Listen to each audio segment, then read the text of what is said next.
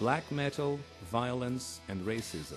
I've heard something about that stuff. I don't see. That's exactly what I talked about with, for instance, Satan's Fall. You know, if you don't know the background, it's very hard to make an opinion. All that I've heard about it is what some journalists have told me, and it's very hard to make an opinion when you don't know exactly why certain things happen. You know, because living here in Dallas, Texas, you know, you see that several people are getting murdered every single day. And you sit there and say, this is totally insane. And if you start looking at it, why does it happen? See, I have nothing against, I'm not a racist of any kind. I have nothing against black people. I know many black people. But the fact is that it is mostly black people that kill, and mostly kill other black people. And that's the murders you hear about here in Dallas, you know. It's gang-related, it's all this stuff.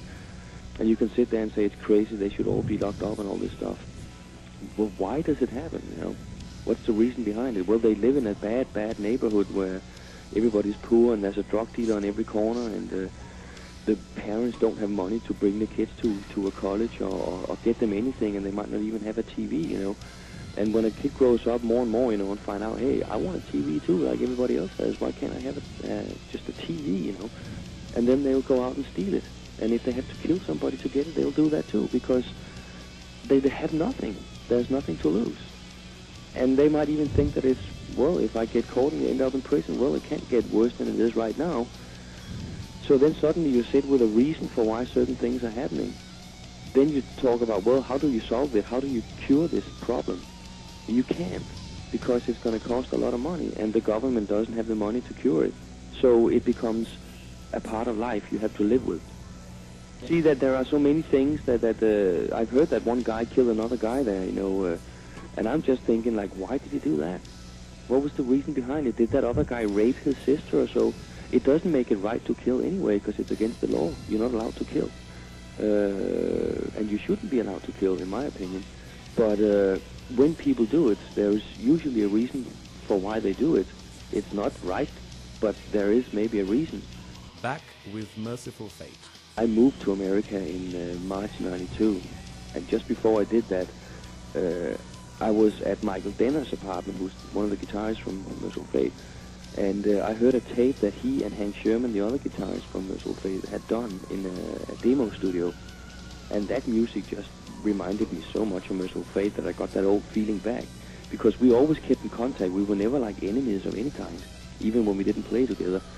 So we always, you know, kept friends, and we knew what each other were doing, and I never heard them play anything that was that heavy before, you know, since Merciful Fate. And so I suddenly got this interest, so I actually called up Andy LaRocque when I had moved to America and said, would you have anything against if Merciful Fate was also brought back to life and we were doing both Merciful Fate and King Diamond? And Andy's a very, very professional guy, and he was like, well, I would probably do it, you know, if I were you, as long as we still do King Diamond, you know. And so we started writing material for Merciful Fate to see if we could come up with some strong music. And if we could do that, we agreed we would go look for a deal. And that's what happened then. And then we did In the Shadows.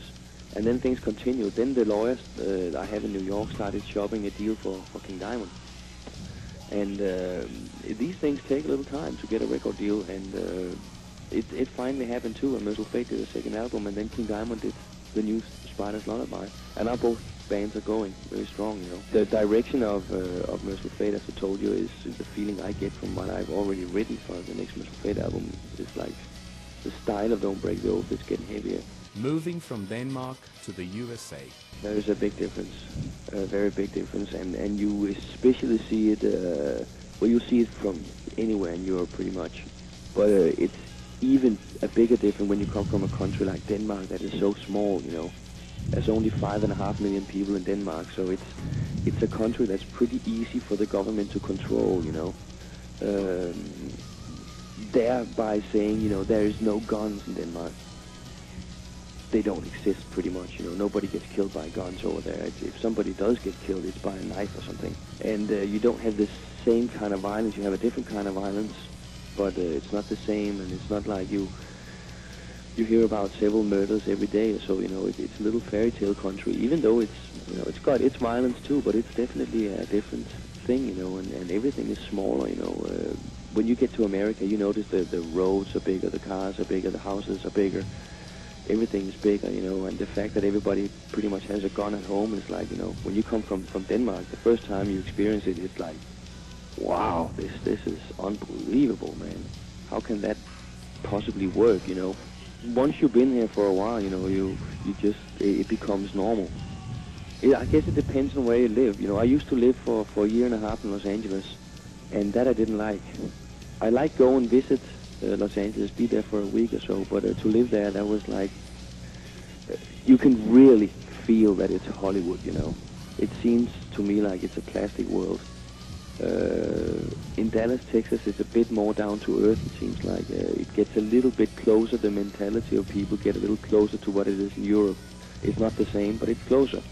And it makes it easier to adjust to a place like this. And I've never really had a problem adjusting to different environments. That's why, you know, it's not a big problem for me. But I know that, you know, 90% of people who move from their own country to another country, they have a hard time. They can't adjust, and they just want to go back. A tour in Brazil. It would be great to go there. There's been some talk a couple of times, and then it became impossible. One time was because I think it was around after we released the Eye, and the problem there was that we were in this legal battle, and the record label would not support any type of touring. There was no tour for the Eye, you know, because we were in a legal battle with lawyers, stuff like that.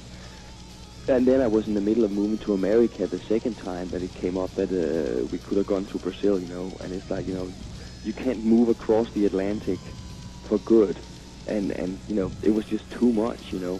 But hopefully now that both bands are getting very established again, you know, there might be a good chance of us going there, because many bands have been there and they speak very well of the fans down there, you know, so it would be a great thing for us to go to.